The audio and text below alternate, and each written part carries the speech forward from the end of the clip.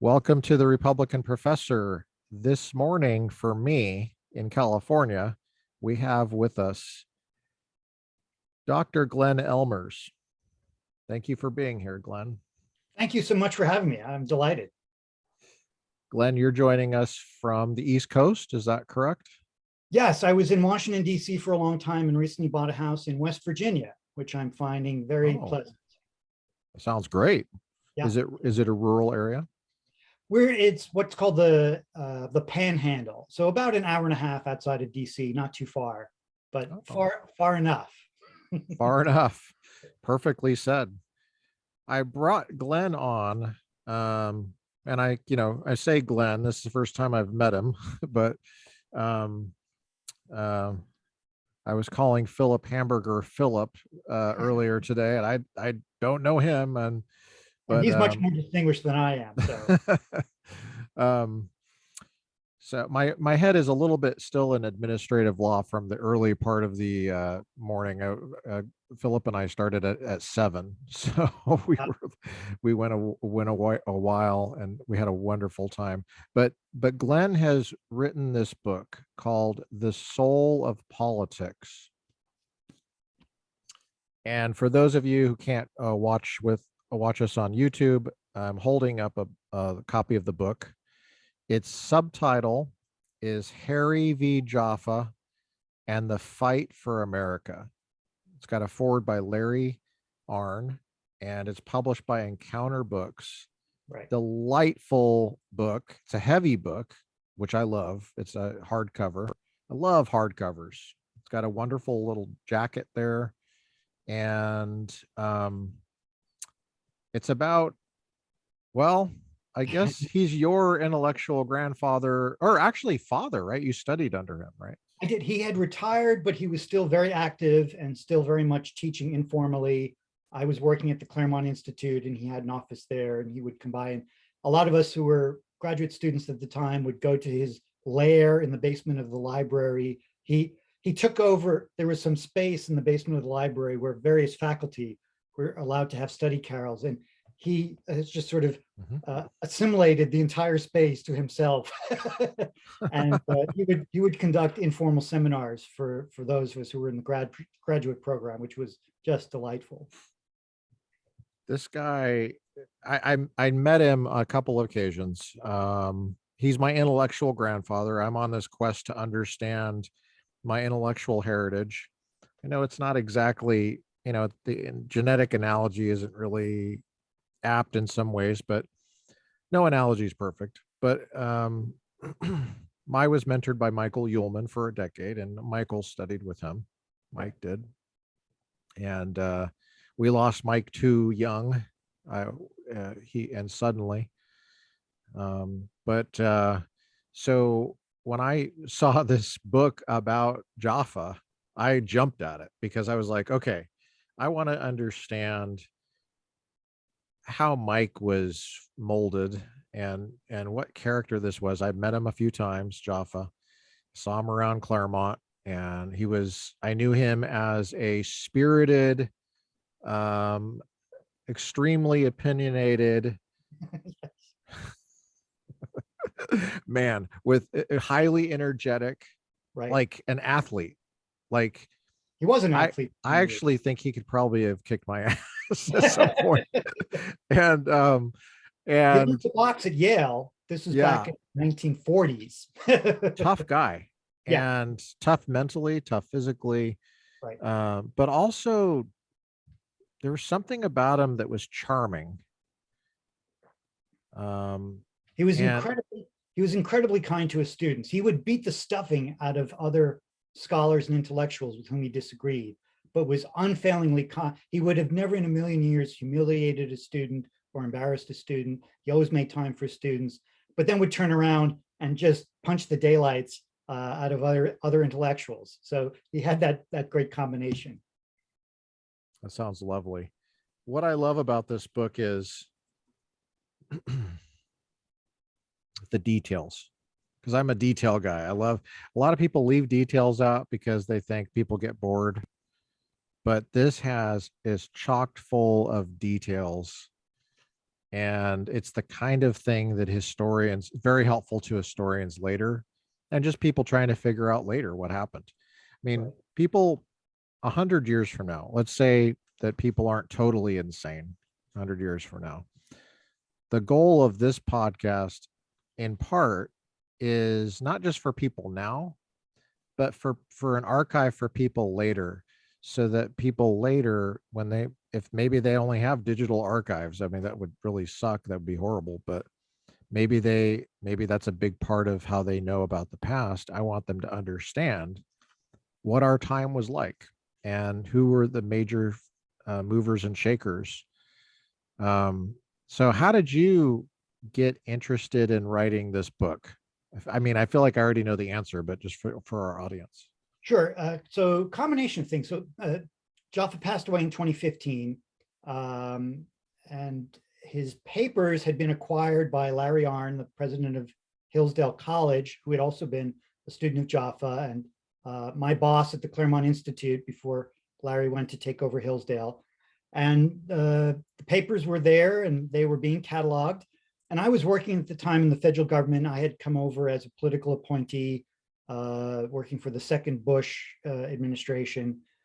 And, I was sort of wondering if I wanted to stay with the government. And I was sort of casting about maybe some things to do. And I knew about these Jaffa papers. And I thought, well, no one's really looked into these.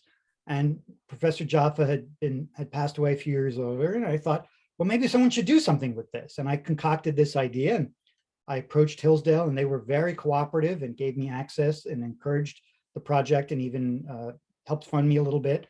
And luckily for me, no one had done it. I mean, there's another book by Steve Hayward, who's a friend of mine, comparing Jaffa and Walter Burns, but that's a much more focused book. And so I thought, well, someone should do this. And I took a year off and I wrote the whole book and did interviews and traveled and everything in exactly 1 year and made great use of the archives. Jaffa was an incredibly prolific letter writer, and there's thousands of letters in the archives. And I got to look at a lot of them and cite a lot of them, which really added, I think, some color and as you say, detail to the book. And so I was grateful for the opportunity, and I was glad to be the first one to do it. Yeah, and it's a theoretical book as well. I mean, maybe that's just the nature of the subject that you have. Jaffa was a political philosopher. How would you describe Jaffa to people that never have heard of him? Sure. So you sort of have to back up and say 2 sentences or so about Jaffa's teacher, who was the extremely influential and brilliant refugee from Nazi Germany named Leo Strauss. Leo Strauss, in a way, was probably the most brilliant political philosopher of the 20th century. And in a way, my usual line is to say he almost single-handedly revived the serious study of classical political philosophy, not as something merely of antiquarian interest, right? What did these dead Greek white males think? But to read Plato and Aristotle as sources of enduring truth, of real wisdom. That idea was rejected by all the intellectuals of the 20th century. It's still rejected today. But there's now a real revival and a real serious study of the whole Western philosophic tradition. And that's largely due to Leo Strauss. And Jaffa was one of Strauss's first students. He encountered Strauss at the New School for Social Research in New York in the 1940s, before Strauss went off to Chicago. And Jaffa took this lesson about the enduring wisdom of political philosophy and then applied it to America. And Jaffa is probably the most famous student of Strauss to have applied the study of political philosophy to understanding the American regime and the philosophical basis of America. And that's what I try to bring out in the book. One of the things I often say is the country is obviously in a crisis. A lot of people see that. And so we're confronting again these very fundamental questions, essential questions about human nature, about what it means for human beings to be political. What is the purpose of politics? Where do things like equality and consent and sovereignty come from? And Jaffa explains all that in I think, a very helpful way, which is especially useful right now. Absolutely. Going back to Strauss, I love that you introduced Strauss in the context of Nazi Germany, fleeing totalitarian tyranny. Right. Um, do you think that that experience was a major shaper to his approach to ancient philosophy? Yes. So Strauss was an incredibly potent and you might even say strident critic of what he contemptuously referred to as value-free social science, right? Mm, The idea nowadays in probably 90% of the academy is there's facts and there's values, and right. you can't get from one to the other. And all values are subjective or arbitrary. Relativism is the term probably most people associate with this. Hmm. And politics has always envied the exactitude and the precision and the quantitative quality of natural science. And so politics, certainly in the 20th century and even to some degree today, abandoned any idea of explaining justice, abandoned any reference to right and wrong, abandoned the idea of what makes good politics in trying to imitate quantitative natural science. And Strauss had utter contempt for this and pointed out that when faced with the greatest barbarism, the greatest tyranny in the history of the world, political scientists had nothing to say. They Oh, were useless in the face wow. of Nazi and Soviet tyranny. And Strauss thought That's a that was, really deep point. yeah. And this is why Strauss said, we have to go back and take politics seriously, go back and study the origins of politics and make it useful to human life. Wow. There's so much there. I don't even know where to begin. There's so much there. So I'm just like I'm taking this in that Strauss is my great grandfather intellectually because Right. he influenced Jaffa. Jaffa was a major influence on my training indirectly through Michael Ullman and others actually too. So I'm um, yeah, I'll tell a little story. When I was at Claremont, I was having a conversation with I don't know if he's still there, a philosopher there. He was one of my professors, Charles Young, I believe his Mhm. name is. So he's an Aristotle scholar. He was battling cancer at the time. It was about 10 over. That was about 10 years ago, I guess. Anyway, I'm pretty sure I have this right. Yeah. Um, we talked about studying philosophy at Claremont in the politics and policy side, Mhm. not the philosophy department. But so there's this kind of this turf war um, of philosophers. I taught philosophy for 15 years in philosophy departments. Mhm. Um, so I kind of know about this turf war from the inside because uh, some philosophy departments, not all, but some philosophy departments are kind of snobby about what philosophy is. And sometimes the word philosophy is thrown around. It's not really philosophy, it's just political science or something like that. Right. And I was accepted as a member of the philosophy department. So I was supposedly on the inside of this little inside thing. And so I was talking to Charles Young as a philosopher, and he kind of confided in me. He said, "Well, I have grave concerns about the politics department there at Claremont." And I said, "Well, what are your grave concerns? Tell me." And he said, "Well, they're Straussian." And I remember it was the first time I'd ever heard that term. I had no idea what it meant. It was not on my radar when I applied to Claremont. It wasn't like, oh, they're Straussian. That's why I want to go there. I didn't even know what he was talking about. So I said, well, what does that mean? And the reason I don't mean this to be gossipy in any way. I apologize if it comes off that way. I don't mean that because I have the highest regard for Charles Young and I learned so much Aristotle from him. He's just a wonderful teacher, a generous man.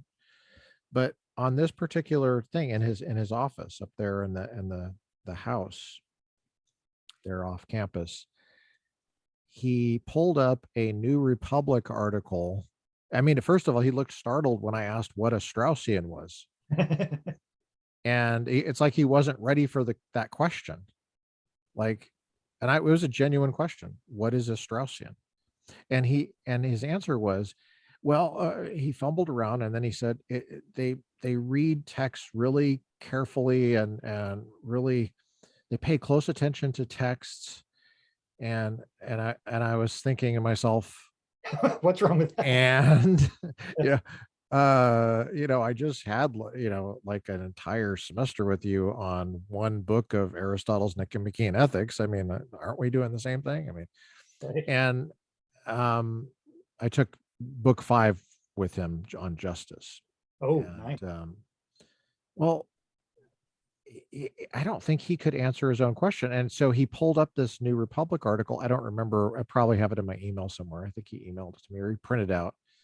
And the article itself wasn't really that helpful in telling me what Straussianism was either. And I just left that meeting thinking, I know that I'm supposed to not like Straussianism as a social rule somehow, but I don't know what it is. And I certainly don't know what it is that's problematic or a big issue. So anyway, it just kind of was one of those experiences in academic life that it's you think of academics as people that have it all together. Well, you maybe don't, but I a lot of people do. They think they have this naive view of college as you're just going to be enlightened. It's going to be one long train of enlightenment because you're around all these smart people. They're just people.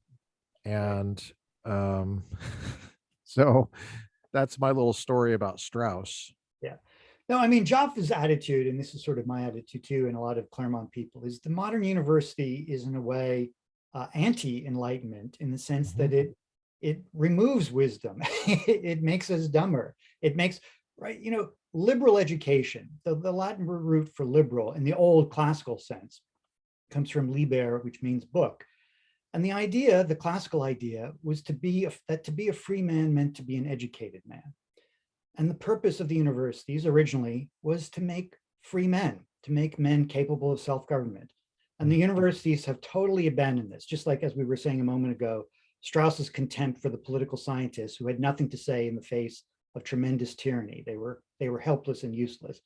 And the universities are now, in a way, not only unhelpful, but harmful to the cultivation of citizenship and the virtues necessary for self-government. And certainly they're unhelpful to the cultivation of the mind in a sense of liberating yourself from dogmas and doctrines and learning to think by yourself.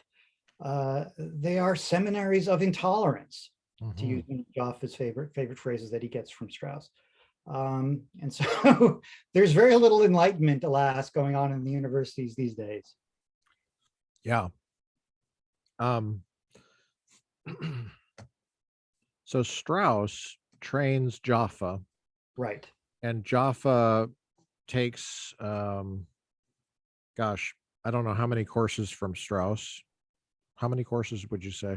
He hit 17 altogether. 17. Wow, Well, dang. he followed him to Chicago for a little while he was doing some research on his first Lincoln book, and then sat in. So courses that he took for his own degree, and then sat in on a bunch more later on. So he started at New School, which is in New York City, Right, right. That's where Manhattan. he got his PhD. Yes, in Lower Manhattan. Jaffa's dad owned a nightclub, uh, Lower Manhattan. Yeah, he had an interesting life. He did, yeah. Um, yeah, and then Strauss was there among many other Jewish refugees from Europe, by the way. The New School in the 30s and 40s was an amazing place. It was full of some of the brightest people in the world who had fled Europe because of Hitler. And Jaffa meets Strauss there and is transfixed by this amazing personality. I mean, Strauss was a little, not very imposing man, but an intellectual giant. And Jaffa becomes Apparently. one of his first PhD students, and then turns his attention. There's a wonderful little story. I don't know if you have 2 minutes about how Jaffa became interested in America. Please. So, We have all the time in the world. okay, so Jaffa was known as an Aristotle scholar, and you mentioned the Nicomachean Ethics. And by the way, Jaffa, he sort of absorbed the Nicomachean Ethics into his bones. It was one of the courses he taught all the time, and many people who went through. And Jaffa had a very long career, and taught the Nicomachean Ethics many times. And an awful lot of people who graduated from Claremont McKenna say it was the best course they ever had at CMC, Wow. Jaffa's course in ethics. Sometimes he'd get cut up on the first line. The first line is every art and every inquiry, every habit and every practice seems to aim at some good. It's a very famous line. Mhm. Jaffa would spend weeks on that because it's so packed with wisdom. Wow. Anyway, but Jaffa also studied Plato, of course, and he took a course from Strauss. I forget what year this was, maybe 1944, 1945, on Plato's Republic, the very famous book about Plato's Republic. And a famous part of that book is Socrates is arguing with a sophist, a rhetorician, a teacher of rhetoric, who says there's no such thing as natural justice. Justice just means whatever is in power, right? That's sort of the modern left-wing view, right? Sure. Justice is just an artifact, an imposition. It's a question of power. And Socrates says, no, there are things that are right and wrong by nature. And this is the famous debate. So Jaffa absorbs this and finds it very interesting. And a year or so later, he's browsing through a used bookstore in Lower Manhattan. And in those days, bookstores were everywhere. It was wonderful. And comes across a copy of the Lincoln Douglas debates. And he's reading it. And he's amazed because here are these two guys in 1858 running for the Senate in Illinois in 1858, arguing about slavery and the justice of slavery, right? Is slavery unjust by nature, or is it just a matter of whatever the majority wants? And Jaffa says, this is the argument between Socrates and Thrasymachus, and everything that Strauss had taught him about the permanent questions, right? That these questions of right and wrong, of truth, of justice are enduring questions. That came home to him when he saw the exact same arguments that Socrates had with Thrasymachus in this 1858 Senate debate. And that began a lifelong fascination with Lincoln for him. And he wrote two monumental books on Lincoln, 50 years apart. Yeah, that's a great story. I love this. I love that. I never get sick of hearing that story. I've heard it a few times now, I think. And it's in your book, right? Oh, yeah. So Oh, that sure. must be okay. So that's probably the first time I heard it. I think I watched a YouTube video and you said it in that one. That's a great story. I think part of the detail of that story was that he couldn't afford the book. Right. And so he went to the bookstore. He kept reading it for free. He went back 4 or 5 times reading it, and then he finally scrounged up the few dollars that it cost him and bought it. But he stood in the aisle for hours reading it before he saved up the money. Yeah. That says a lot right there about who he was. Yes. So for those who maybe are not brushed up on the Republic, Plato's Republic, Thrasymachus is the guy who says to Socrates, Socrates is obviously the character that Plato uses. Plato is not himself a character in the at least not by name. Right. But Thrasymachus is the guy that says that justice is the interest of the stronger or something like that. Is that right? So right. we're reducing it to a power issue, right? Exactly. This is the famous, the term in philosophy is conventionalism, right? So you can have justice by nature, that is, it's grounded in objective reality that man doesn't control, or it's merely conventionalism, right? So your convention is to have slavery and my convention is to not. Your convention is to eat human flesh as cannibals and our convention is not, right? And so Thrasymachus is the representation of conventionalism. But the interest of the stronger is interesting, especially in the context of Lincoln and America, and also in ancient Athens, because the stronger doesn't necessarily mean the biggest guy, Arnold Schwarzenegger or whatever, It doesn't have to be just one guy. No, because in a democracy, the stronger is the majority, and the majority can also be unjust. And so the whole idea of majority tyranny, of the unjust rule of a majority unrestrained by law or justice, that's the big issue in the Lincoln-Douglas debates in 1850, right? Because Stephen Douglas, Lincoln's opponent, and the two, in 1858, they were running for Senate in Illinois, and then they both ran for president 2 years later in 1860, and it's the same issue. And Stephen Douglas made Thrasymachus's argument that if the majority wants slavery, they should have it. And Lincoln said, well, it's not, it doesn't quite work that way, because if two people want to enslave a third person, that doesn't make it right. Wow. Yeah. So now going back a little bit, Leo Strauss, he had a doctorate, I think, in philosophy from a German university. I want to Right. say Freiburg or something like that. Does that sound right? Freiburg, Freiburg University, correct. Yeah. Freiburg? Okay. I never know how to say it. Um, and was his PhD in philosophy? Yes, my recollection is that he wrote his dissertation on Ernst Cassirer, but Strauss had studied. That was an amazing intellectual time in Germany in Hmm. the 20s and 30s. I forget what year Strauss got his degree. He was born in 1899, so some would have been in the 1920s sometime. But he'd studied with Husserl, very famous Edmund Wow. Husserl, and also took some lectures from Martin Heidegger, who was enormously influential. Mhm. And Okay. Strauss came much later to emphatically reject Heidegger's teaching, but took some courses from him, some lectures from him, which he found remarkable and amazing. And Heidegger himself took classical philosophy very seriously. So, and Strauss studied, Germany in the 1920s was probably one of the intellectual peaks of the whole world. I mean, to be a philosophy student in Germany in the 1920s was to have received an education like nothing else in the history of the world, really. Wow. And by the way, it shows you that intellectual life and intellectual refinement Right. uh, it has its limitations, because Strauss liked to Yes. point out that Weimar Germany in the 1930s was the most refined country in the world and helpless in the face of Hitler. Right? Amazing. It was That itself is a deep teaching right there. right. Yeah. So it shows you the value and also the limitations of purely intellectual study. Now Jaffa was Jewish. Is this correct? They were Ethnically? both Jewish. They were both Okay. Jewish. Yep. Right? Okay. Jaffa was not, he was conscientious of his Jewish heritage. He was not, I would say he was not terribly orthodox in his practice. Right. Ethnically though. Right. So he would have identified with, in some personal way with the Holocaust, what was happening Sure, over there. Yeah. sure, Okay. sure. Having fled from it and having had members of his family who died in the concentration camp, Strauss obviously was much more personally affected by it. Jaffa, Right. Jaffa had a pretty nice childhood.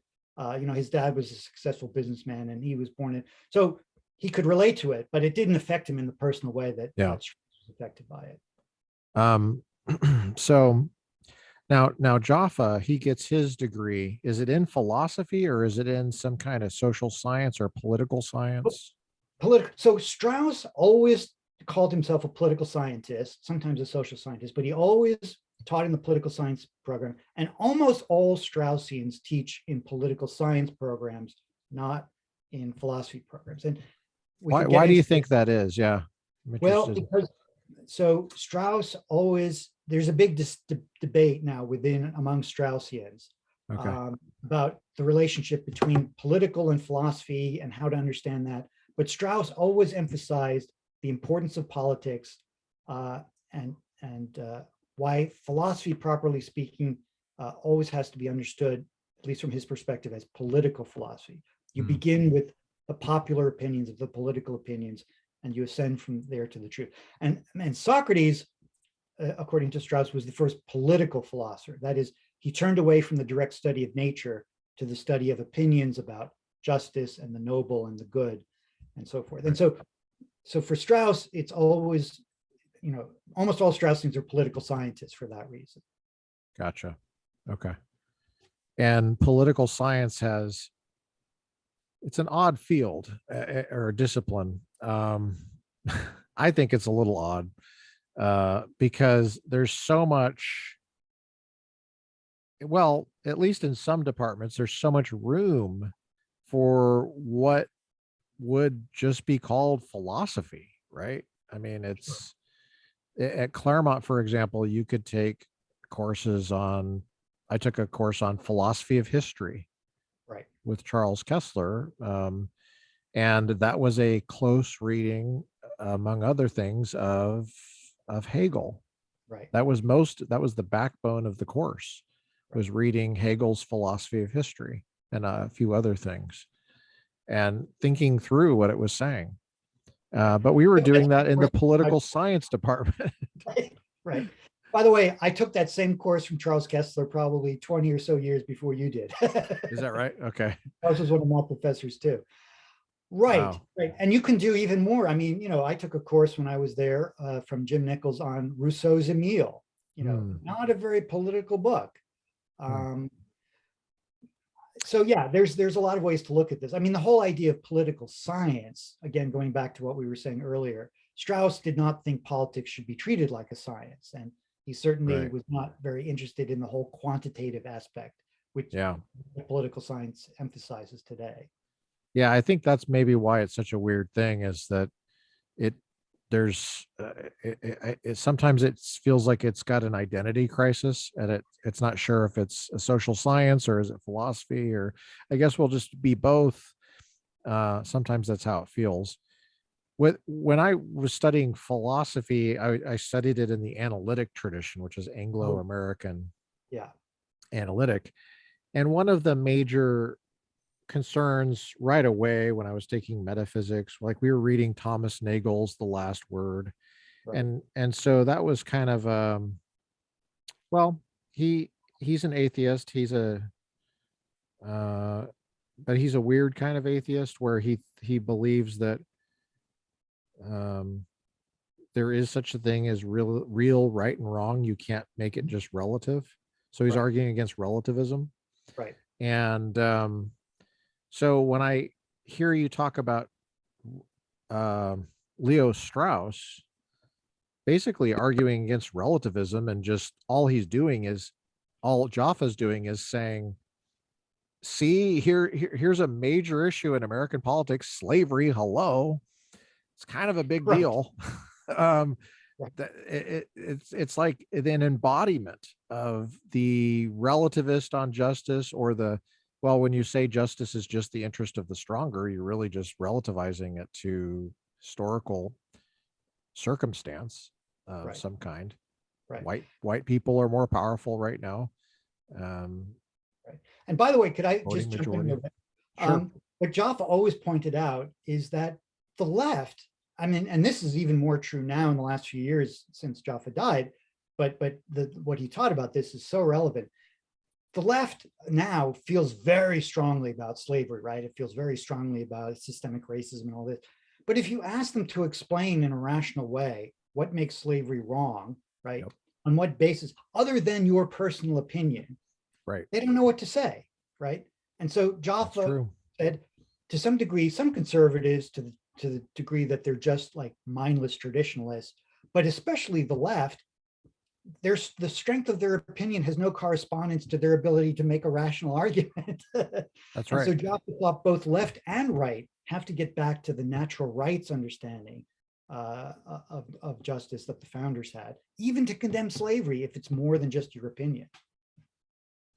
That's true. I can confirm that. I mean, to give you a few anecdotes, teaching in what I call Los Angeles for many years. I remember I actually felt traumatized by this. It was in 2015. I asked, I don't know what led to this, but I just asked, is it true that rape is wrong to a class in Los Angeles?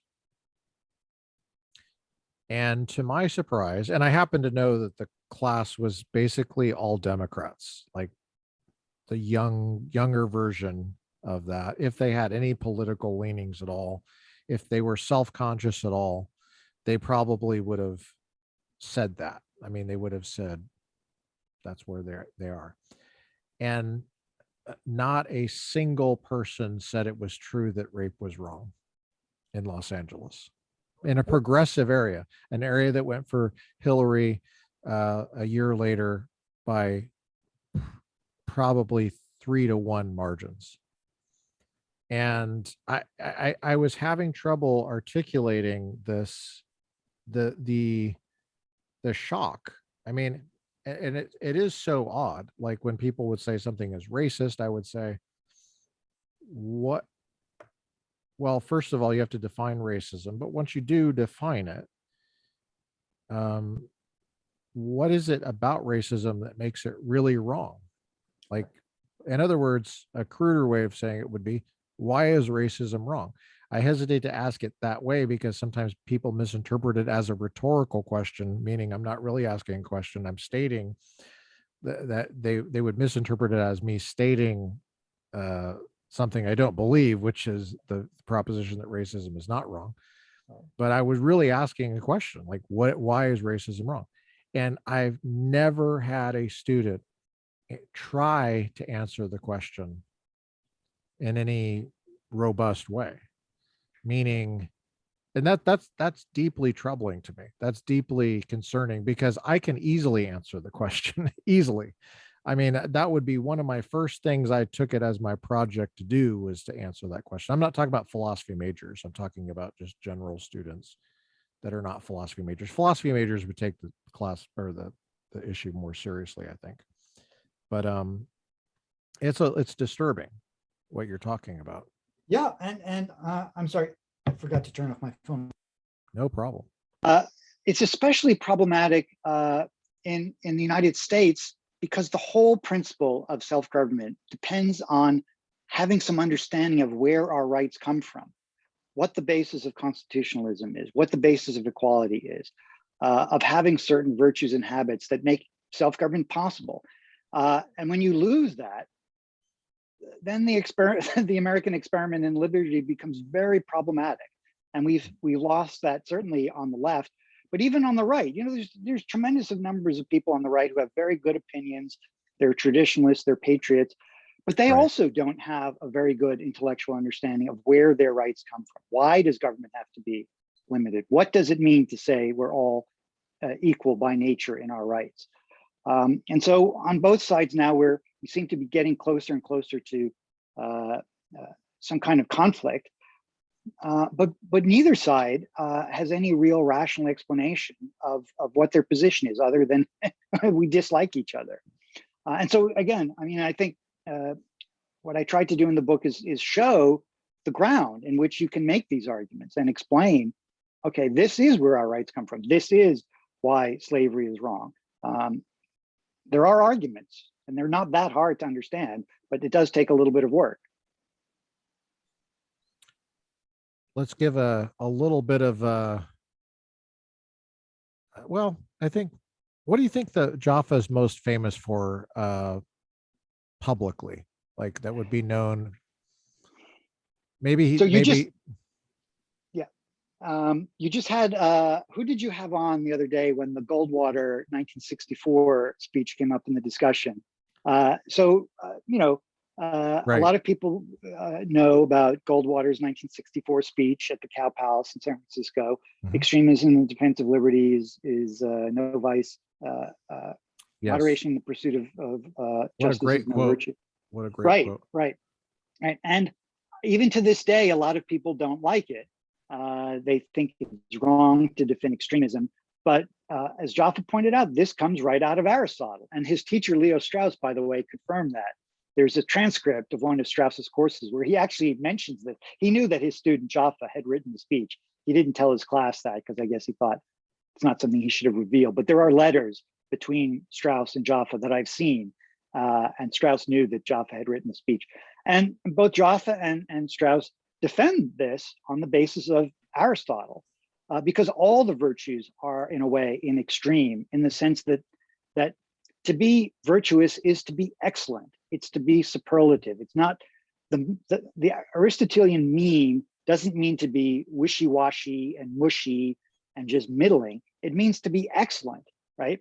And so every virtue, in a way, is an extreme in the sense that it's above and superior to the deficiencies. The deficiencies are on either side, right? So courage is an extreme, whereas the deficiency of courage, which is cowardice, is something low and middling. And also the extreme on the other end, which is recklessness, is also a deficiency. And in politics, too, has to always be conscientious of the need for extremes. Right? What's the most extreme possible thing in politics? War. Well, sometimes war is necessary. And statesmanship, which is the excellence in the pursuit of politics, has to be prepared for war sometimes. And so you can't get away from extremism. It's such a basic point. I don't know why people have such a hard time with it. It, Right. I think it's just a mindless repeating of the, well, maybe it's just the assumption that extremism is bad, Right. because people in the media maybe are labeled an extremist, or in like political speeches or something like that, extremism. Right. But in my classes, I always point out that Mother Teresa was pretty extreme. Sure. Jesus was extreme. I mean, that's why we know about them, is because they were extreme. If they were just normal people, I don't think that you would care. Any moral hero is extreme. People Yeah, that and you win know the who Medal of made that Honor are extreme. that exact point was Martin Luther King a year before in his letter from a Birmingham jail. He said St. Paul was an extremist, Jesus was an extremist, Lincoln was an extremist. And Yeah. Jaffa, in a way, he reveals this later on, was playing off that Yeah. because Oh, okay. everyone had read the MLK speech. And so Jaffa was keying off that in a way, saying, look, you guys have already made this point on the left. It's interesting that Jaffa would be so academic and then be noted for writing the speech for Goldwater, a presidential candidate. I think that was the GOP convention at the Cow Palace. Is that right? Yep, in San Francisco. 1964. Yep, exactly. 1964. So, major candidate, major party, the Republican Party. He didn't win that No, year. He got killed, basically not killed literally, but or physically, but he lost really badly to Lyndon B. Johnson. Um, right. but do you But you think could that it say, was? It wasn't because of that speech, though, right? well, Or do you it think it didn't help. was? And so a couple of things. Jaffa wrote those lines in an internal memo because Goldwater was getting beaten up terribly by the Eastern establishment, the moderate wing of the Republican Party, Governor Scranton from Pennsylvania, Governor Rockefeller from New York, and they were just beating up Goldwater for being an extremist, right? That was the line, even you being used by Yeah. moderate Republicans then. And Probably and didn't help that he Goldwater, was against the 1964 Civil Rights Act. right, I mean, they right, used right. that against him, even though They used, there's reasons for being against that were oh yeah, yeah. purely And philosophical. They weren't. the way that's played out has vindicated all those criticisms. I think now I we can think so see too. 50 years Yeah. later that the critics were right about the way the law would be misinterpreted and misused, and what its logical outcome would be. But anyway, Yeah. so Goldwater was upset by these constant charges of extremism, and so Jaffa wrote a little internal memo drawing on these various things, and wrote that line. And Goldwater loved it so much, he insisted that it be put in the speech. And so Jaffa worked on the speech with another speechwriter named Carl Hess and put that in. And then some people didn't like it. And Goldwater underlined it twice on his draft and said, it's in, final, end of story. And when he read those lines, the entire audience cheered. There was a standing ovation that lasted something like 27 seconds or something. They could hear the cheering out on the street. So it went over. Yeah. It didn't go over as well with the rest of the country, but the delegates there loved it because they were annoyed by these constant attacks. The other thing about the failure is it did really set up the Republican Party for Reagan in 1980 because it established the legitimacy and the authority and the influence of the conservative wing, right? I mean, Goldwater, the way he basically put the Scrantons and the Rockefellers and the Eastern establishment in their place paved the way for Reagan in 1980. Wow. There's so much there.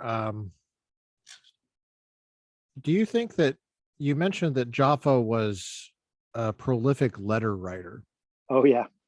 Do you think that his letter writing was just kind of a preference for a medium, or do you think he had, could be and or do you think that he had a conscientiousness about the record he was leaving to the rest of us later? All of the above. So one Okay. thing is just generational. Like he was born in 1918. Right. All you did was write letters. I mean, even the phone was not really a thing until later. He was an English Although I've major. heard about his phone calls. He also loved.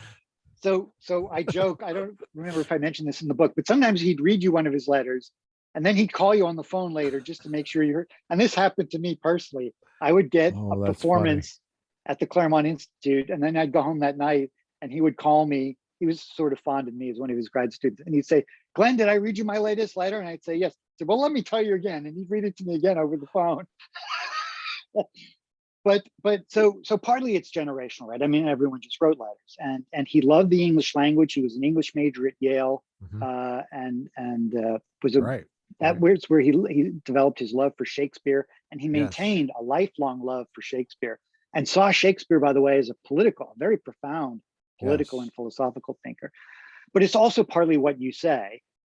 He wanted to get things on the record. Sometimes he wrote very long, very interesting letters that were like a tutorial. There's a letter he wrote that's, I don't know, 10 or 12 pages And about the these are connection between handwritten? They're in the handwritten or beginning, typed? Okay. and then typed, and then typed. He didn't have great handwriting, so I'm sort of glad. Okay. Not as bad as Leo Strauss, whose handwriting is totally indecipherable. Oh, But wow. Jaffa, by the way, always wanted to keep up with technology, and so he adopted computers. And then every time there was a next generation of computers, he was on board with that. So most of them are typed or on the computer. But he also wanted to teach something and leave a legacy behind. And so he preserved all of his letters. Do you think that was just a personality thing, his compulsiveness in teaching? Do you think that he's just a born teacher, or did that come from his parents? How did he become that way? Was he Well, just a curious person? he was a very curious person. He knew very early on that he wanted to be an academic. He wasn't sure if he wanted to get a PhD in English or in political science. The English department at Yale was great. The political science department was very disappointing. He really didn't switch until he went to graduate school.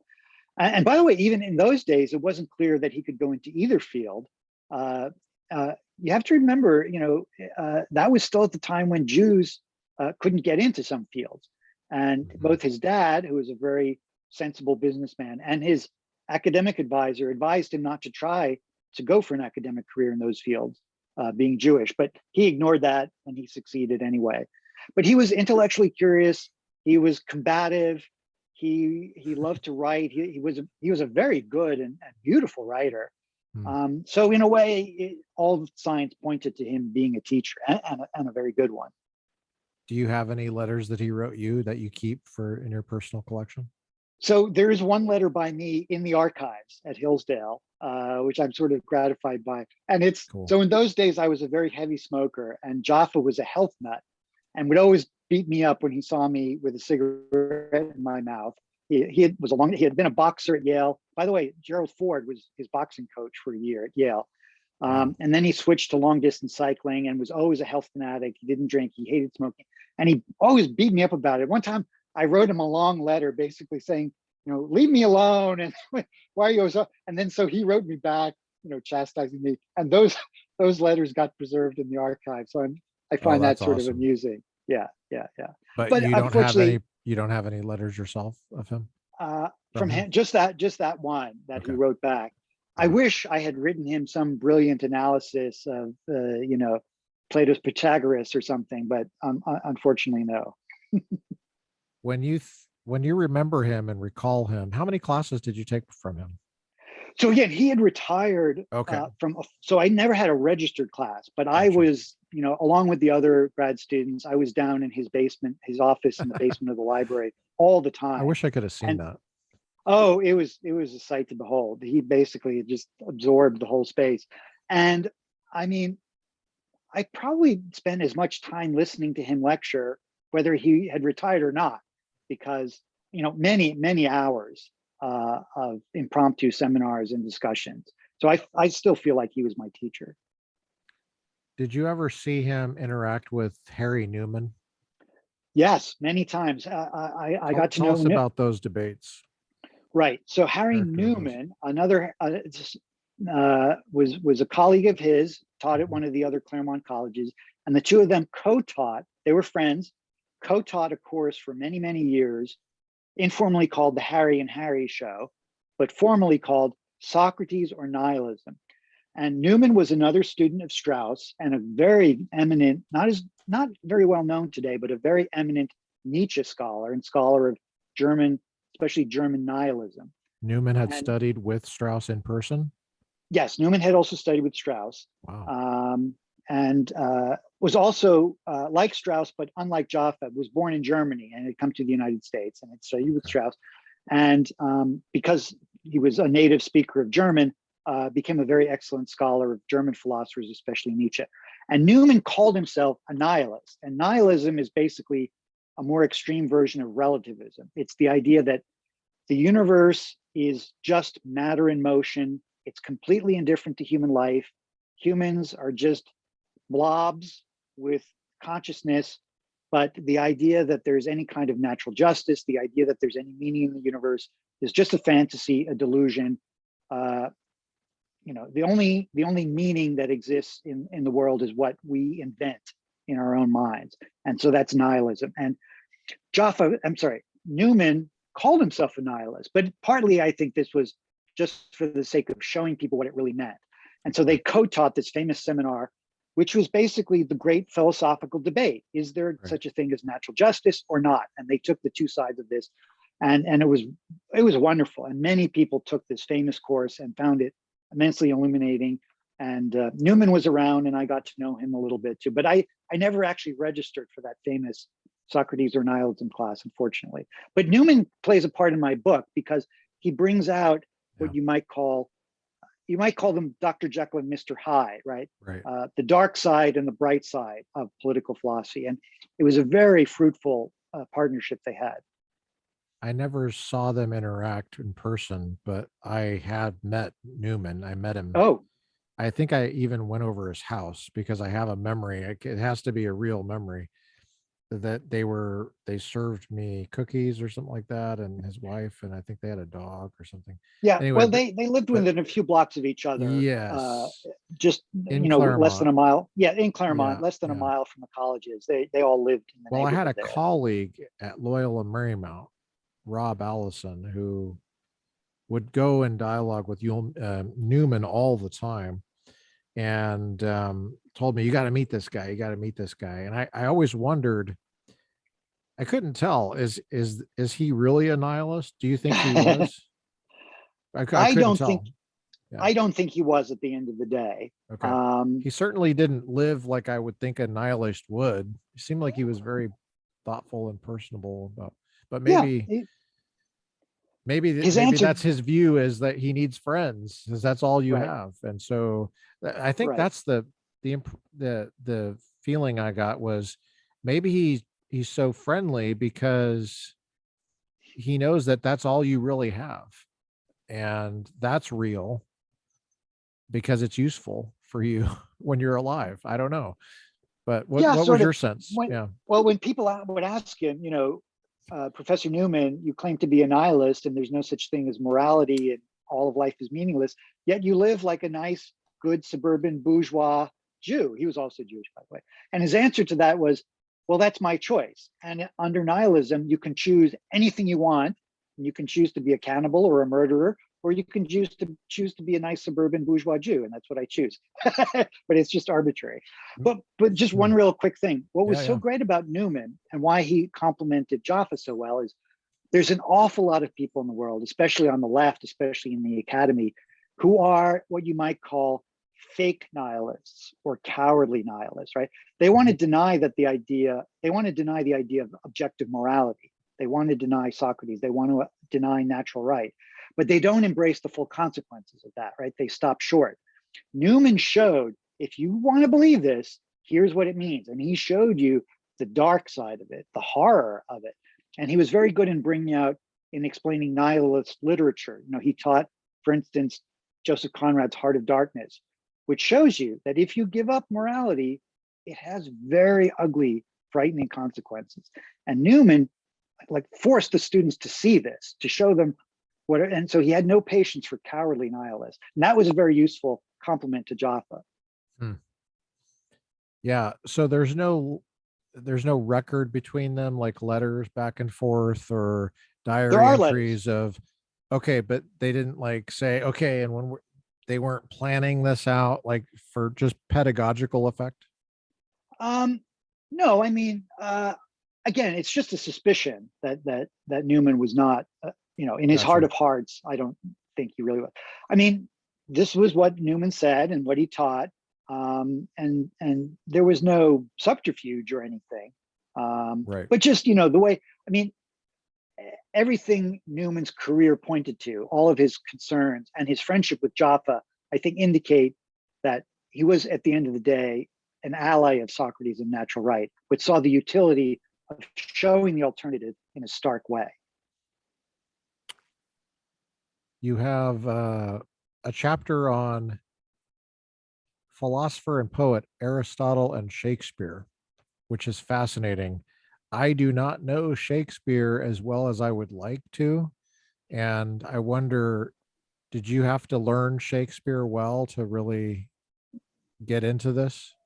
So I had, partly because Jaffa encouraged it, I had read some Shakespeare a little bit over the years, but preparing for this book, I then reread especially some of the plays that Jaffa was especially interested in, and studied those closely. I've become a kind of an amateur student of King Lear, which I think is one of Shakespeare. And I actually wanted to write something on King Lear because Jaffa wrote a very, very influential essay on King Lear very early on in the 1950s.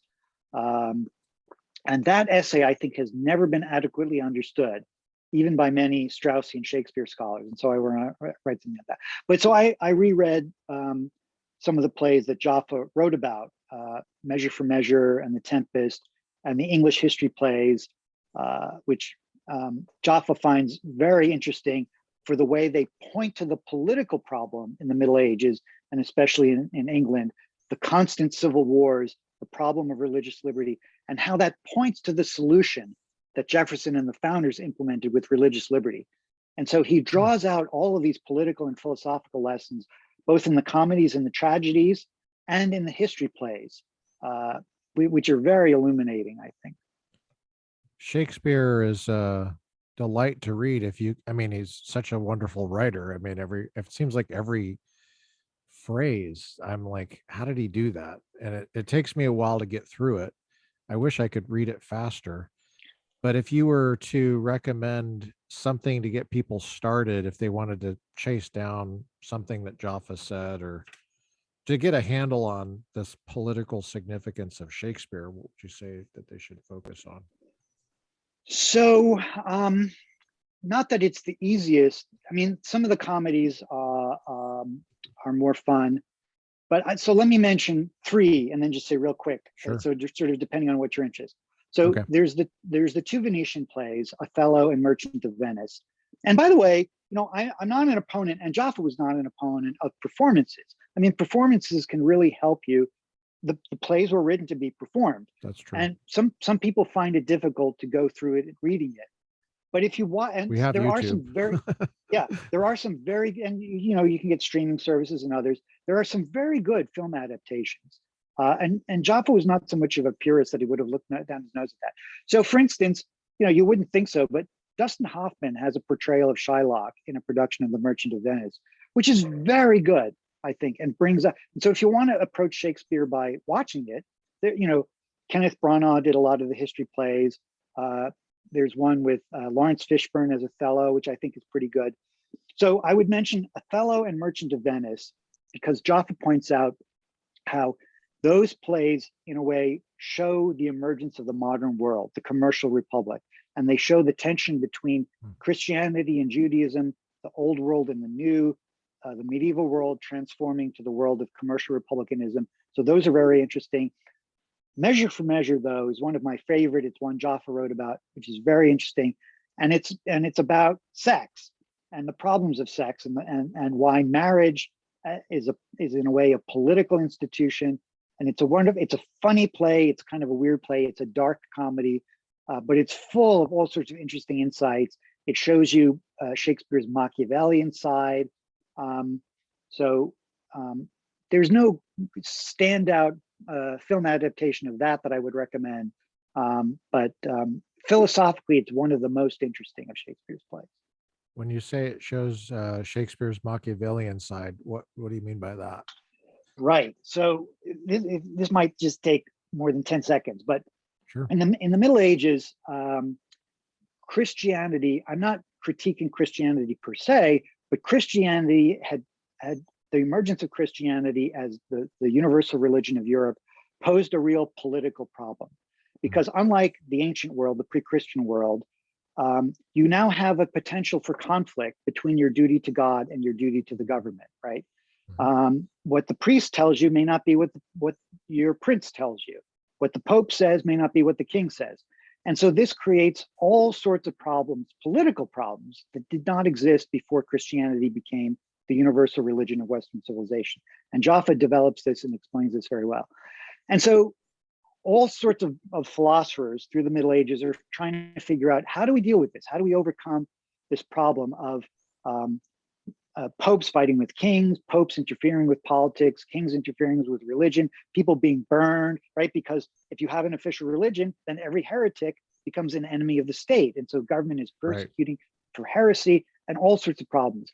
Machiavelli, the great Italian philosopher who becomes a teacher of evil, said, okay, the solution to this is reject Christianity, just have politics focus on what's effective, make princes ruthless, and just get all discussion of virtue and morality out of politics. And that solution has its own problems.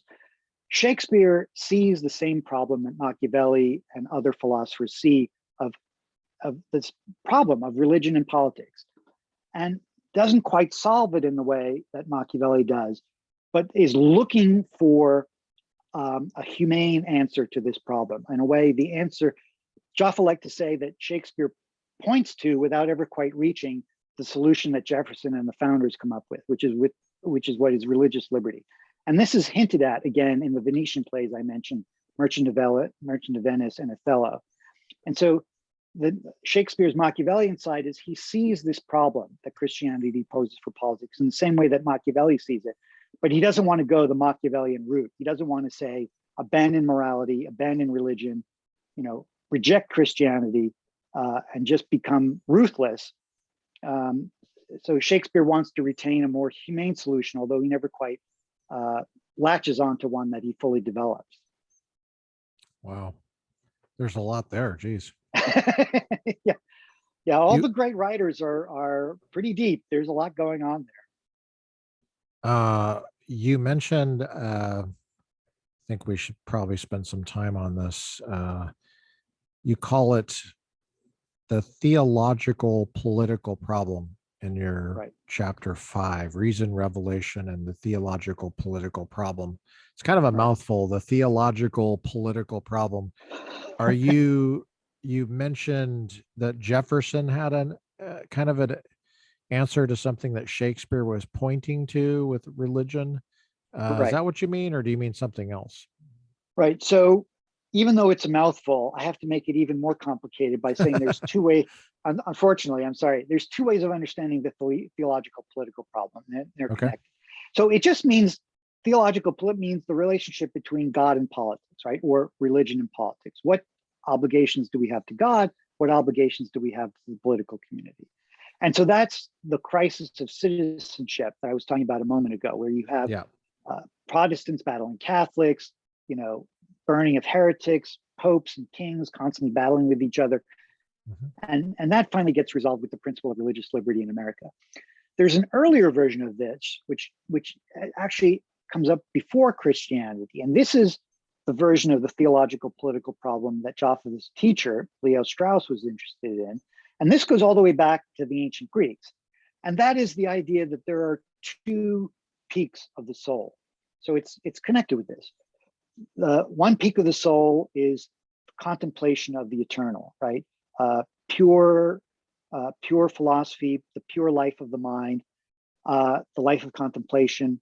So, God, even though the Greeks didn't have the same notion of God, you might say, the eternal. And the other is the life of action, the life of statesmanship, the life of the political man.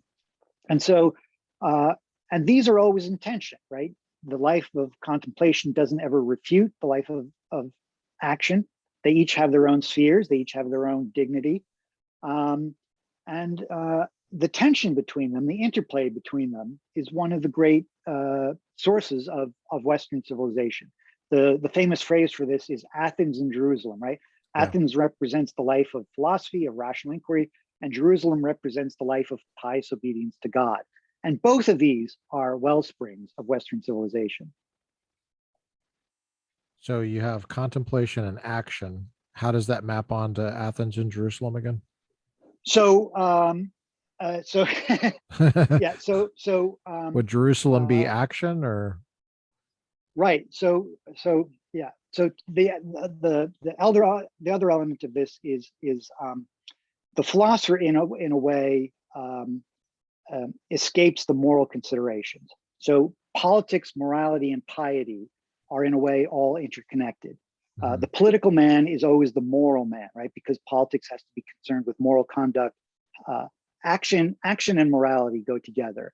And so piety, religion, Gotcha. morality, and politics are one.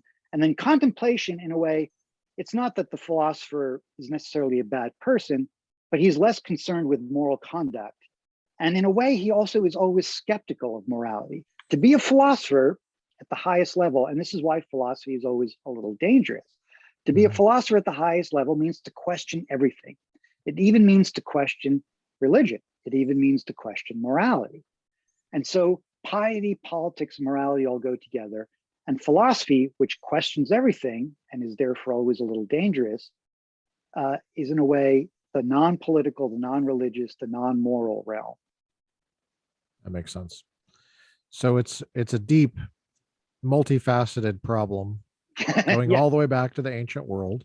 Sure. It's got some elements that we're familiar with. One way of looking at the problem is resolved in America in the correct understanding of religious liberty, which itself seems to be always under some kind of threat still today. Jaffa was quite biblically literate, it seemed like to me. Oh yeah. Where did he get his biblical literacy? Why was he so literate in the Bible? Another wonderful little anecdote. So he had studied Torah, as a young Jew student. Went to bar. He used to say that he almost had to be beaten into reading the Torah. He was not the best yeshiva student, and so when he was studying for bar mitzvah, he had a friend who was much better at these sort of things, who helped him, crib for his bar mitzvah. But then it was really at Yale where he took informal Bible study classes with a famous Shakespeare professor he had. And it was in these informal Bible classes, which met, at this professor's house, that he really developed, partly because of the literary aspect of the Bible. And he says that study of the King James Bible at Yale, outside of the classroom, prepared him for reading Lincoln, because so much of Lincoln's rhetoric makes biblical allusions. And so Jaffa says he would have missed all of these allusions to the Bible in Lincoln if he had not taken these informal Bible study classes. So he said that's some of the best stuff he ever learned at Yale outside the classroom. Wow. That's really important. Informal Bible study at Yale. Yeah. Amazing. He said he couldn't have understood Lincoln. Wow. Without that. Well, he would not have adequately understood Lincoln, because so many of these. Yeah. When Lincoln talks about the house divided, that's out of the Bible, right? Absolutely. That's really great that you said that, because my first master's degree was in biblical studies. So I came to this with Hebrew and Greek and learning Torah, reading, having to translate, parts of Genesis and Exodus and stuff like that. Wow. Well, I was taking a course at Claremont in the religion department called Religion and Politics in America. The professor was Richard Bushman of Columbia, who was visiting Columbia University in New York. And we got to Lincoln and slavery, kind of an important issue, I would think. and it was all religion students. I think there were maybe one or two political people in there, but so it was I didn't say much in that. I didn't say much at all in my classes, but I just took notes and listened. And I finally said something because the TA was running it and the professor was just kind of old at that point and just letting the TA do whatever. And the TA, we had a really shallow conversation about the Bible and slavery. And the TA said, okay, so I think we all agree that the Bible is pro slavery. Okay, let's move on. This is a PhD level course, right? In religion and politics in America, Ivy League professor. I'm just like, I had to say something. I was like, okay, hold up. Yo, hold up. I couldn't believe PhD religion students. They did not even catch. See, I was raised in church that was King James only.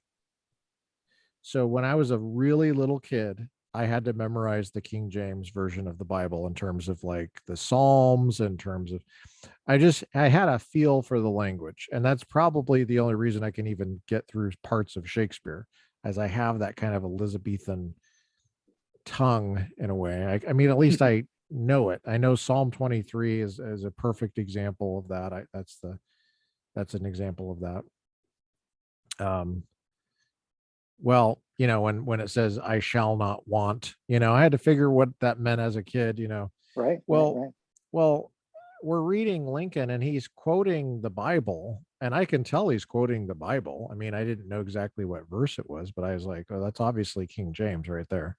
So I looked it up, and it was Matthew 18, and Matthew 18 and the content, what you learn in biblical studies is you read the context, read verse before, you read the verse after, you try to get a sense of what it's saying.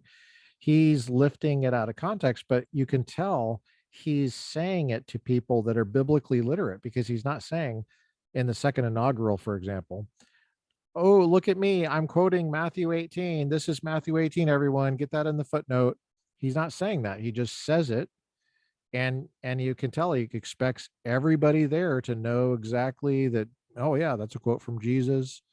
And the context of that was the death penalty for causing little children to stumble, and because of sin. And the sin he was referring to was slavery. Anyway, so I was pointing this out, and the entire class turned.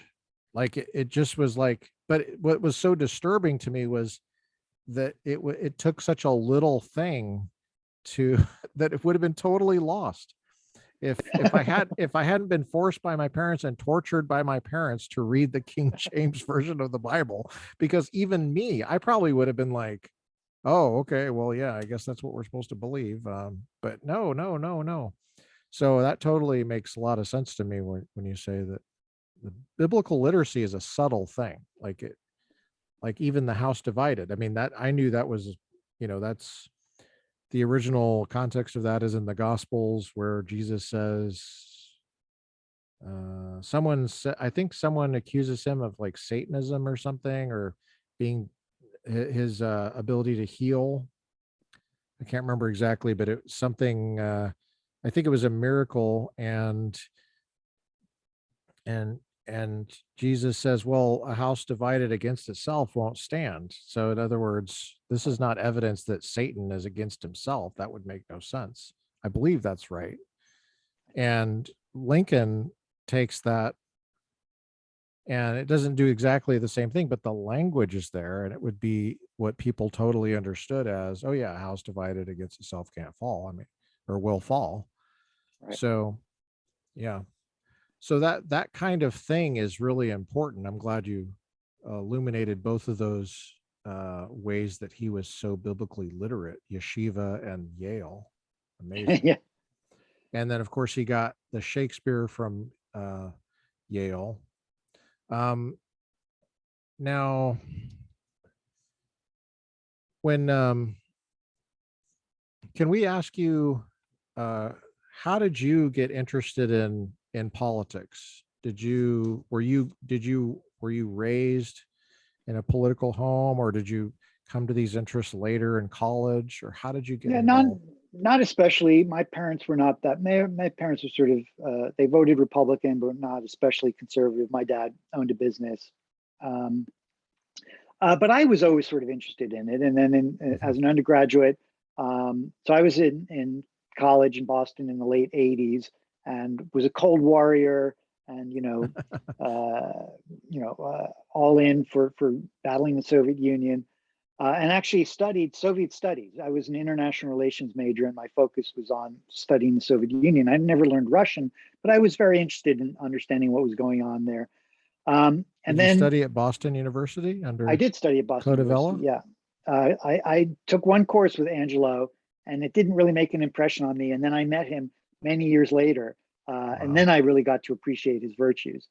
Oh. Um, but then the Soviet Union came apart in 1989 and 1991, and I thought, well, here I have this degree in examining a regime that has fallen apart, and so then my interest turned to political philosophy as something a little bit more enduring, and a little less likely to become overtaken by events.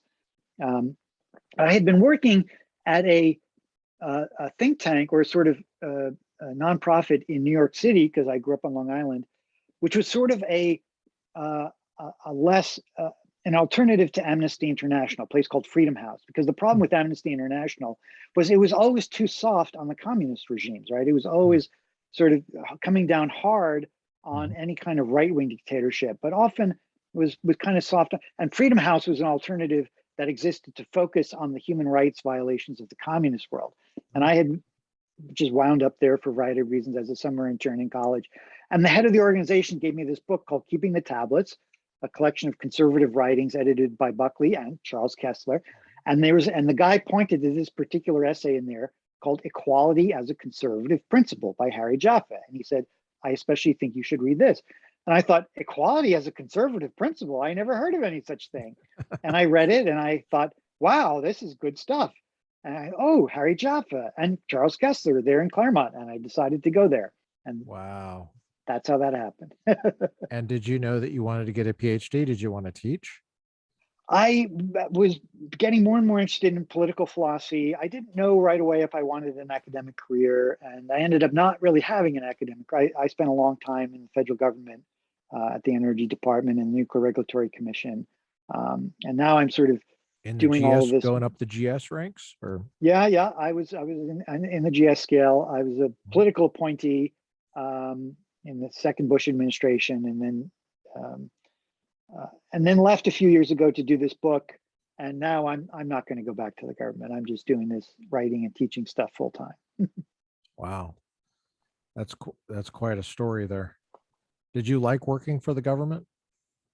It was informative, I would say. It's useful for me. So I give a lot of talks now. I was just at a Claremont Institute event in Florida just this past weekend, where they do all these fellowship programs for different people, teaching them the principles of the founding, which is what Claremont does.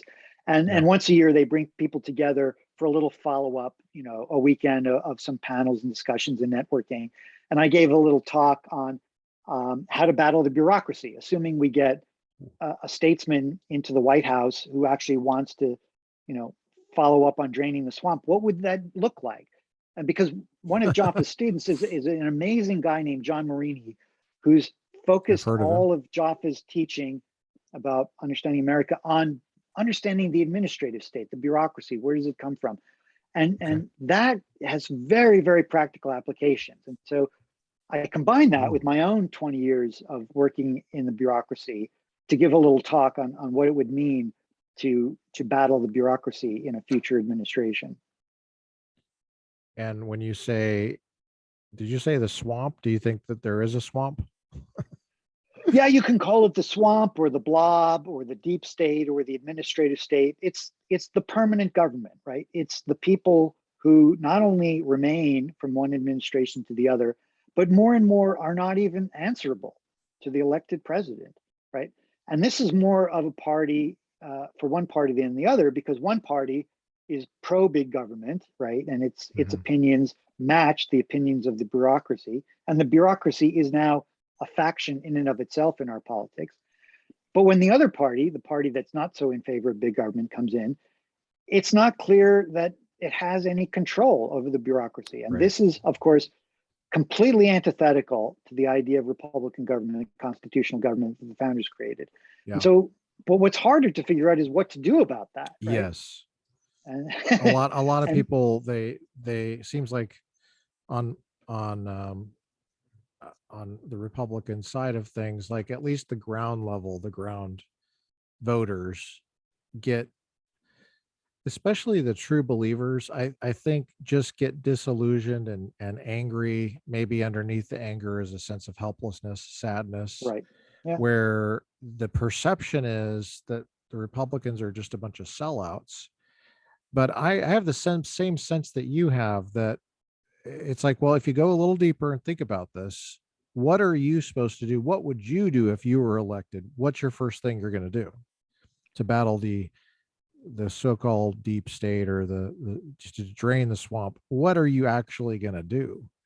That's what I ask congressional candidates all the time. I ask them specifically. We just had a congressional candidate on where I asked her, but what are you going to do? Like, do you realize how big the government is? It's permanent. You have 2 years and you have to start raising money right away. And by the way, you're on the West Coast and you're flying, you're losing all that time in an airplane. Used to be you'd have to have a mask on, but now you don't have to have that, thank God. Right. But right. you just, like, you can, what realistically, are you going to read all that? Do you really trust your staff who have to go up against these permanent people? What are you going to do? So what can you give us a sense of what some hope? Do you have any hope for us, Glenn? Is there anything we can really do? Okay.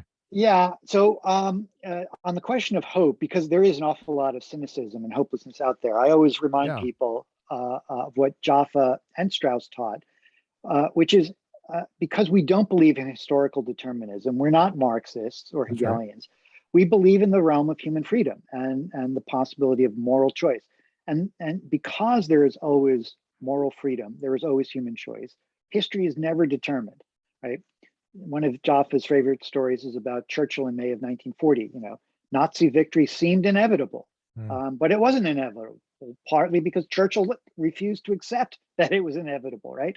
So human determination and human choice always leave open the possibility of something happening. So yeah, I laid out a lot of steps. Some of them I don't think it would be prudent to discuss in public because they would be more effective if we. Makes sense. But part of it is plan ahead, get your people lined up, and the one thing I will share, because it's not totally a secret, is Republicans forget that the bureaucracy operates outside the Constitution, and so it's not enough simply to put the right people in the cabinet, the right assistant secretary, and assume that that's how policy gets changed, because the bureaucracy does not operate within the Constitution. And so one thing we have to do is focus on all the lower level things where the bureaucracy is powerful, the process areas, the IT areas, the personnel areas, right? We have to focus on getting those things under control, which are not very glamorous and not very sexy, but are absolutely essential to getting this beast under some democratic accountability. And so there's a lot of unglamorous things that need to be done, and we need to start preparing way ahead of time to get our people lined up for that. These are unglamorous things that, like, can you give an example maybe of? So IT so we can systems. grab onto it.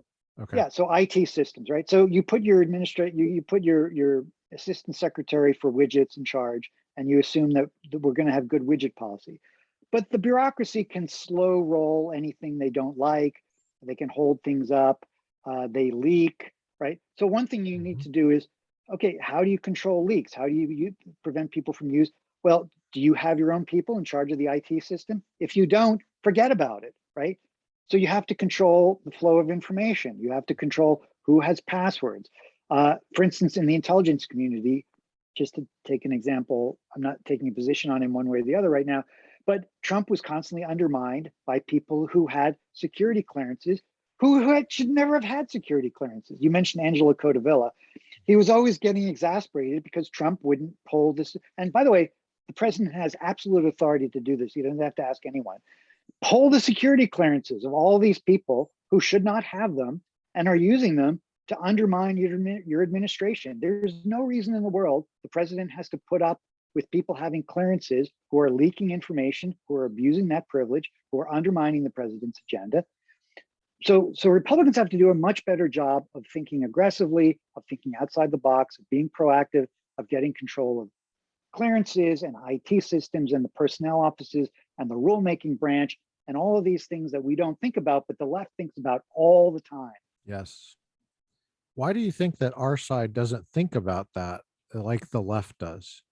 Is it just that they're obsessed with power, and so they Yeah, they stay up late at night thinking about the intricacies of how to gain more power and how to keep it? that's a huge part of it. Look, if you are You're a probably right about utopian that. Yeah. and you think politics can solve all human problems, right? We can cure poverty, we can cure racism, we can remake society into some utopian vision, then you're going to invest all of your psychic energy. And if you don't believe in God, by the way, if you think we can make heaven on earth, Right. you're going to invest your whole soul and being into political transformation. It's a People religion. on the right, In other it's a words, religion. it's your Exactly. religion. You're going to Yeah. church. Exactly right. Going Exactly to right. temple. Yeah. And you become a religious zealot, except you've transferred that into politics. People on the right who believe in God, who go to church, who want to raise a family and have a job, don't eat, live, and breathe politics in the same way. And so people on the right are not as obsessive and therefore not as focused and therefore not as determined to doing all of these things. And so it's a natural disadvantage that the right always has against the left. Wow. That basic thing is such a crucial thing to get through to people. Yeah. Because I think a lot of people would start to have more hope if they just got that part right. There is like, you have to, we're at the level of just phenomenology. We're just describing the difference between left and right. We're not even evaluating yet. We're just describing this is how the left is, right? And we're not as obsessed with power. They are totally obsessed, like a religion, right? Right. So all the different kinds of machinations that are required for having control on campuses. I've seen that firsthand. I mean, it was an interesting question to me. Why is it that the campuses are just left-wing seminaries? How did that get to be? I mean, these are supposedly public. Well, even the private ones are now publicly funded de facto with student loans. Right. So how does that get to be that way? I mean, I ask my students all the time, and people I know, if the political bias, maybe a more charitable way to say it would be orientation, was the opposite. Let's say it was exactly switched, where it would be totally normal for a student to go through and never have a Democrat professor. And that would just be normal. And it would be, instead of like, whatever left-wing thing it is on, the little slogans and the little symbols and stuff that we're familiar with. Let's say it was NRA, and it was like Bible study, and it was stuff like that, Bible quotes, Second Amendment. It would be, they would lose their mind. They would lose their mind. And we don't do that. We're nice. We walk through and we're very respectful. Okay. Yeah. I see you're telling me that you think that marriage should be redefined. I got it. I understand what that symbol means. Okay. I know I'm supposed to just be okay with that. If I had the opposite view, which is that it shouldn't be redefined, on my door, I would be called the worst names in the world. I'd be driven out. I'd be hung from a tree, like lynched. So it's interesting just at the level of description, when you're talking about battling the administrative state.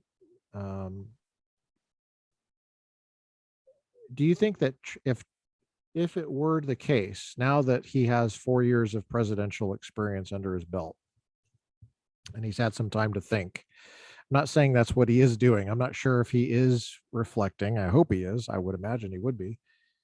How I could have done things better.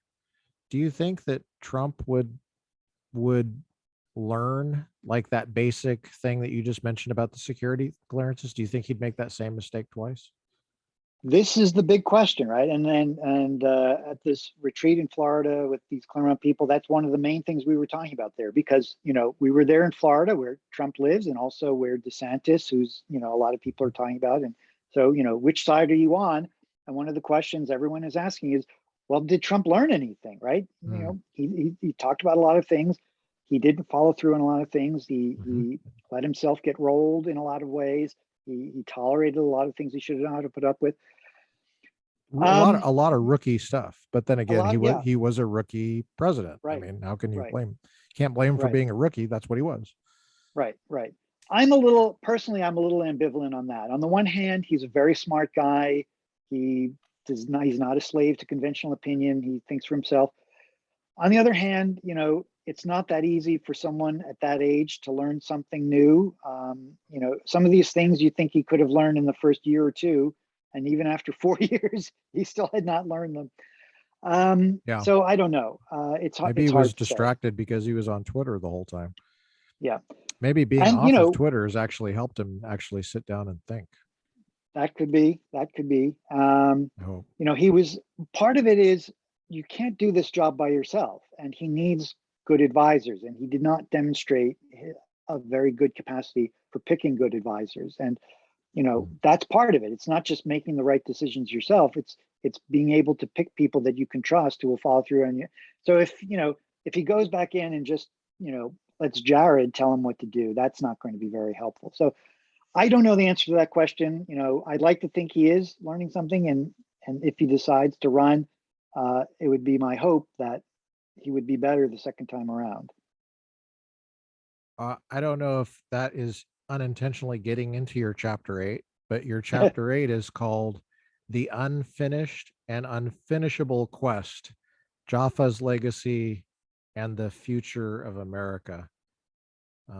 You're interested in the future of America, and so was Jaffa. Yeah. Right. So what does this book have to teach us about? What does Jaffa have to teach us about what we're going through, and what the future of America could look like or should look like?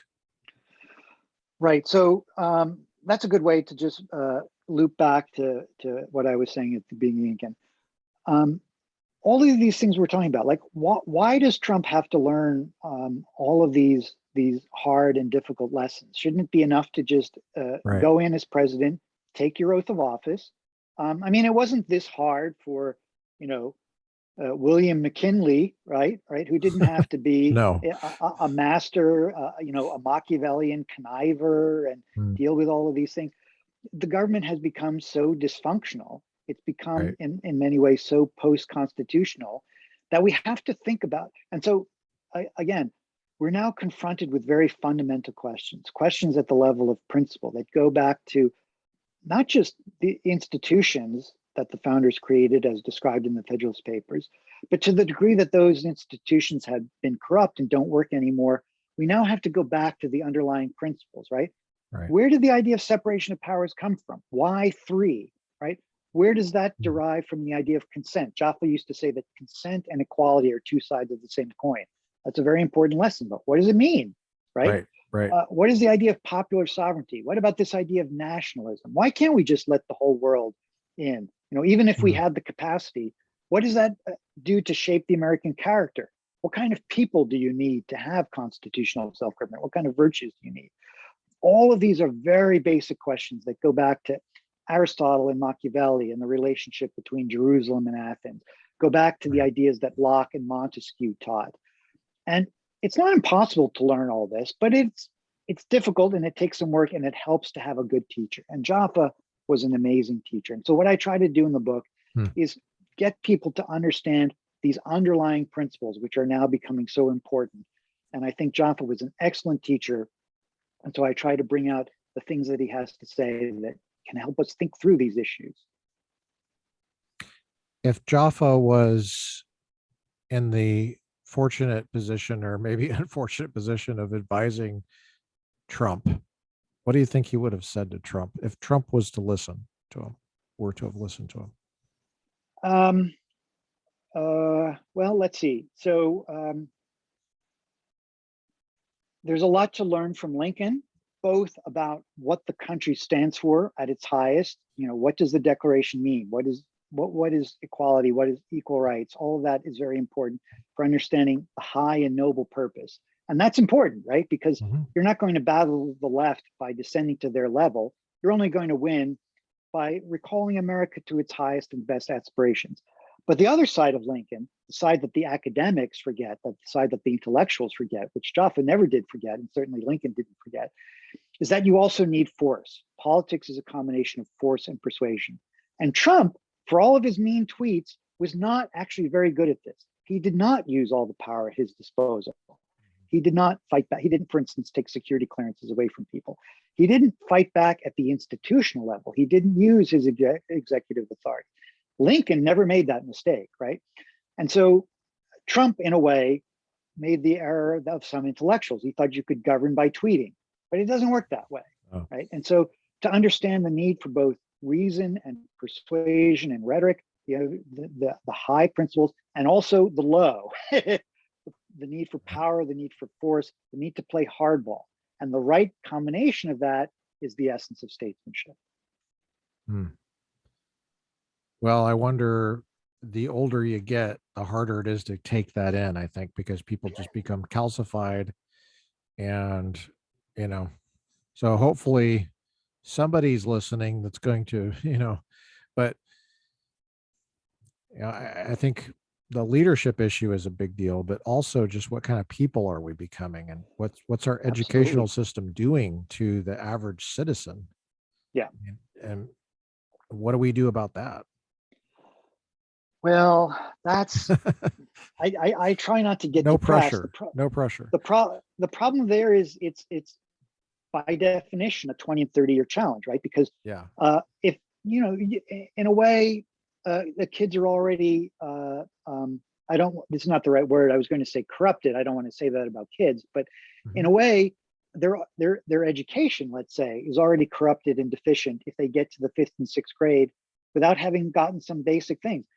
I mean, the indoctrination that the CR people doing are now, it's already down to kindergarten. So if you've already spent the first 3-4 years of inculcating this horrible racist nonsense into kids, then you've already lost the battle before they've even gotten into junior high. And so, this is a 20 and 30-year challenge, because this has been going on for a long time, and it's not going to be fixed overnight. So, I wish I had, it is encouraging. You saw what happened in Virginia, where the parents fought back against this critical race theory nonsense. Right. And it was very encouraging to see at the local level, just sort of spontaneous and on its own, parents rising up against this indoctrination and abuse of their children. And so it would be nice to see a lot more of that. It would be. Yeah.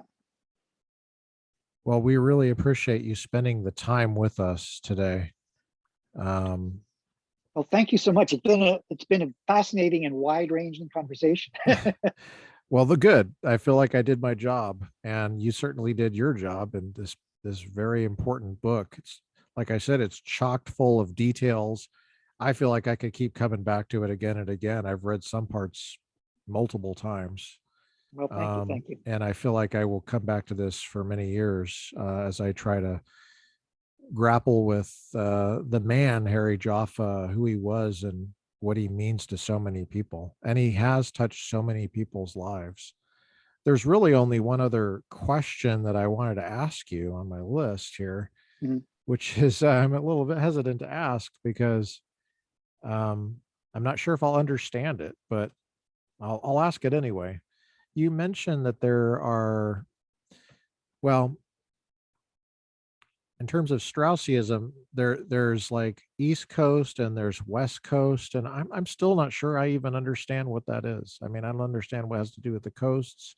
I know it's just where people live, but why in the world would the coasts have anything to do with how you understand? That's Jaffa just an or accident. The Straussian. geographical, the geographical. So yeah, so there are these factions among the Strauss students, and Strauss was very Right. influential. He's got dozens now of first generation and now hundreds of second and third generation students. The coastal thing is really because of Jaffa, because Jaffa went out to California, after the '64 Goldwater campaign. He went to Claremont, which is in California, and he was really the first of Strauss's students to go out to California, to the West Coast. And he was also one of the most influential, certainly the most sort of emphatic about applying political philosophy to America, the first to establish his own, in a way, school of thought among the Straussian students. And so that became, just by sort of accident, West Coast Straussians. And then the East Coast were sort of everyone who wasn't part of the Jaffa side of the debate. And what it comes down to, it's, we could spend hours discussing some of the finer elements of this, is really how important do you think the political part of political philosophy is? So for the Eastern Straussians, who tend to be more academic, more intellectual, less interested in America, less interested in nuts and bolts politics, who think that the political just means, in a way, political almost means being prudent or careful, right? Or politique, right? So we study philosophy in a cautious way. So we're political in the sense of being, careful, or I'd even say sly or tricky about hiding what we're really doing. And it doesn't mean being interested in politics as such. It doesn't necessarily mean being interested in America's institutions or the fate of the regime. Right. And for Jaffa, it was always very much focused on both understanding America and being, without any embarrassment, a patriot. It meant that, there's no reason a political philosopher in a good regime should not be a supporter of that regime. Now, being a political philosopher in America is different from being a political philosopher in Nazi Germany or the Soviet Union. Right. Being patriotic depends on whether the regime is deserving of your patriotism. But so that part of the distinction is how much should political philosophy focus on trying to understand and shape the political life of the country. So the West Coast would be the Jaffa people, and right.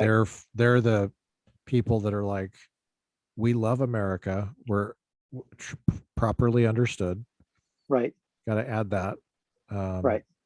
And it's pretty clear he was pro-Lincoln, right? Yep. I mean, he had different understanding of that through his years. I guess that switched or changed a little bit. Yeah, I mean, in not terms of Lincoln's relation to the founding. To the founders, right? Gotcha. Right. Yeah. At first, he thought that the founding was deficient, and Lincoln needed to complete it or elevate it. And then he thought that everything he thought was missing was already there. He had just overlooked it, you might say. Gotcha. And then the East Coasters tend to look at texts and books, in a very abstract academic way. They tend to be sort of ivory tower intellectuals. Some of them. I mean, all of this is a little bit of a generalization, of course.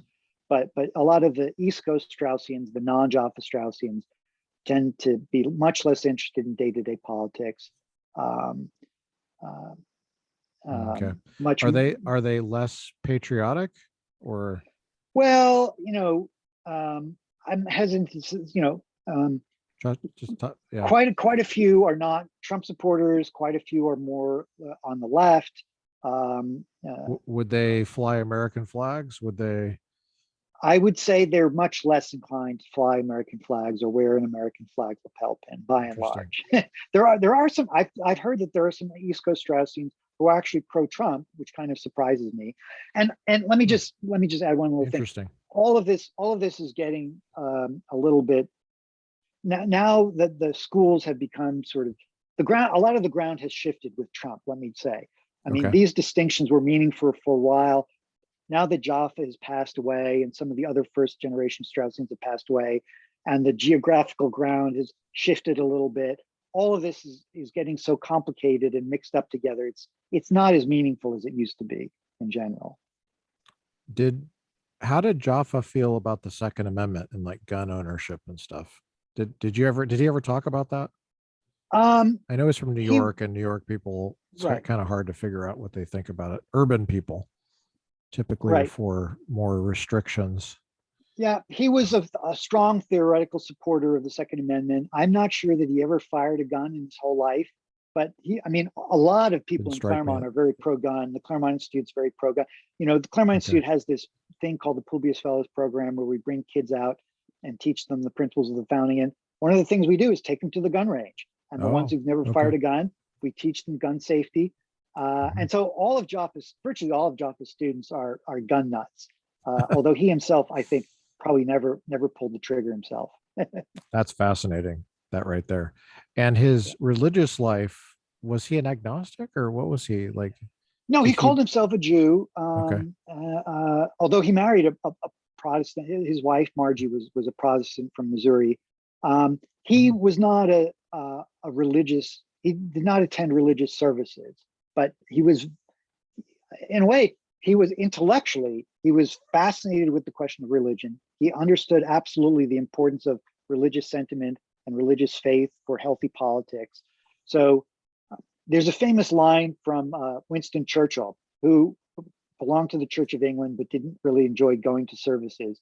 And he once used an architectural joke and said, I'm a flying buttress. I support the church from the outside. And a flying buttress is one of these things in medieval churches where they keep the roof from collapsing. And so Jaffa was kind of a flying buttress of Judaism. He supported it from the outside. I gotcha. You know, he does sound like just very well versed in Christianity, and so it'd be easy to just mistake him for a Christian. For example, there's a quote on your page 297 on the postscript where he uses the term, well, I'll just read the quote. The quote is, "My feeling is that today we are somewhere near a terminal process in the history of Western civilization, not just in the history of this republic, in which a dark night of the soul could very well be the fate of the world if certain cataclysms with which we are threatened come to pass."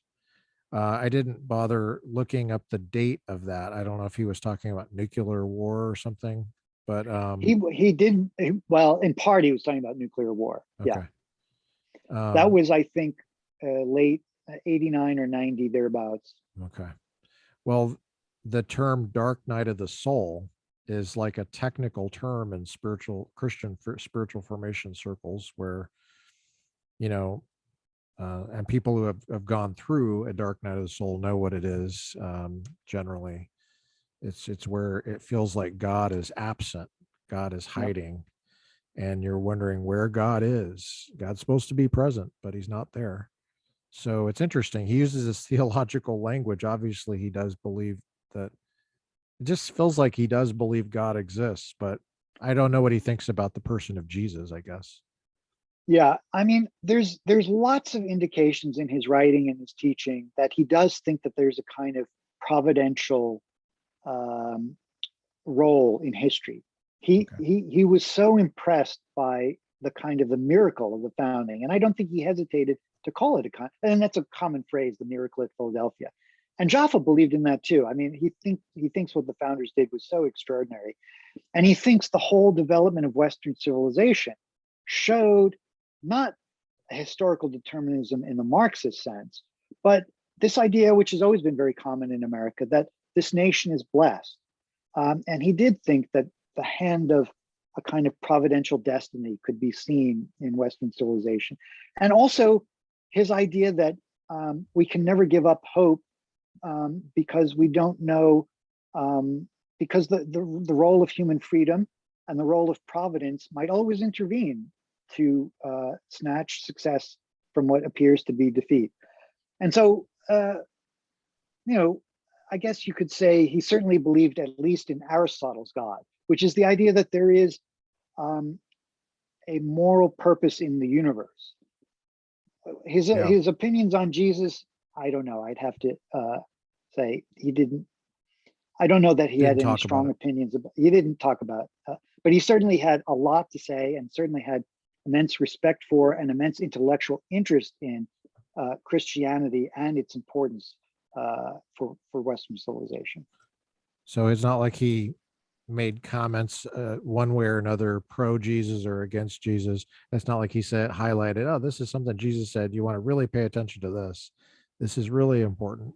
But he The never, the, he never the said line, what Jesus said there is a bunch of BS. He never said something like that. well, no, he would never Okay. have said that. The line from Jesus, I mean, he quoted the Gospels all the time. The line from Jesus that he found most interesting as a scholar, of you know, the philosophical origins of America, is the line about render unto Caesar, Mhm. because he says in a way that it took 2,000 years, but that in a way is the origins of Jefferson's Declaration of Religious and Civil Liberty, the separation of church and state to allow both religion and politics to have their proper spheres, respecting the autonomy and the dignity of each, but recognizing the limits of each. And so politics flourishes best when you don't try to use it to impose religious orthodoxy, and religion flourishes best when you don't try to seize the levers of political power. And that separation, in a way, he thinks was prefigured in that famous statement by Jesus. That makes a lot of sense. I hesitate to bring up this other podcast that I have listened to before. I was, just to get an anti-Trump perspective, was listening to the Bulwark for a while, and I tell you, I stopped listening to them when they I heard some comments that they made. I think it was about you in particular and about Claremont. And I listened carefully to those episodes, and I found them to be so utterly irresponsible, just painfully irresponsible, that I stopped listening to that podcast. I mean, they lost me as a listener. And I thought that they had some interesting things to say before that, but I don't know if you wanted to comment on anything like that, but I just thought, you know, how much work it is to read these books and put out this publication, Claremont Review of Books, and I just couldn't believe just the shallowness is how I would put it. It just seemed like it was personal. It wasn't based on anything. Yeah, in a way, it's flattering. Yeah. The Bulwark does not have a terribly big audience, and somehow they think that they're going to leverage their own popularity and readership by going on this vendetta against us, and it's become a real sort of obsession with them. It doesn't really Yeah. bother us. We find it kind of amusing. I mean, as you say, it's not all that serious. It's often, not in very good faith. It's often quite tendentious. When I was listening to it, it was helpful to hear some of the details of things I didn't pay close attention to, just because I wasn't really worried about it. But they would pay really close attention to things that really annoyed them. But it was just like, I thought it was I always thought it was a little odd to call it something that's synonymous with the wall, which it's just basically an anti-Trump podcast. And well, they got a lot of mileage out of it. I guess he gave him a lot of material, but it seems Right. like Well, at some point yeah. you're gonna have to move on to other things. I would imagine. Yeah. We just keep doing our work, and if they want to be Yeah. obsessed with biting our ankles, that's fine. Okay. Well, I feel like I have a pretty deep sense of what this book is about, what you're about, what Claremont is about, because, well, I know a lot of you, and I've been there myself for a long time, and I know I've met these people. I've seen it. Jaffa doesn't seem like a racist to me. You don't seem like a racist. And I've seen how the left throws terms like that around, and they don't seem to know how to define them. Right. And so anyway, sorry for bringing that up, but it wasn't even on my list. It was just kind of like in the list of things that's not on my list. But I highly recommend this book, The Soul of Politics. Subtitle again is Harry V. Jaffa and the Fight for America by Glenn Elmers. 2 N's on Glenn, 2 L's in Elmers. And it's got a foreword by Larry Arnn, who's the president of Hillsdale College. It's got blurbs on the back from Justice Clarence Thomas. I've heard of him. Michael Yep. Anton, Hadley Arcus, Charles Kessler. We thank you for coming on, Dr. Elmers. Thank you so much. It's really been wonderful. I enjoyed it.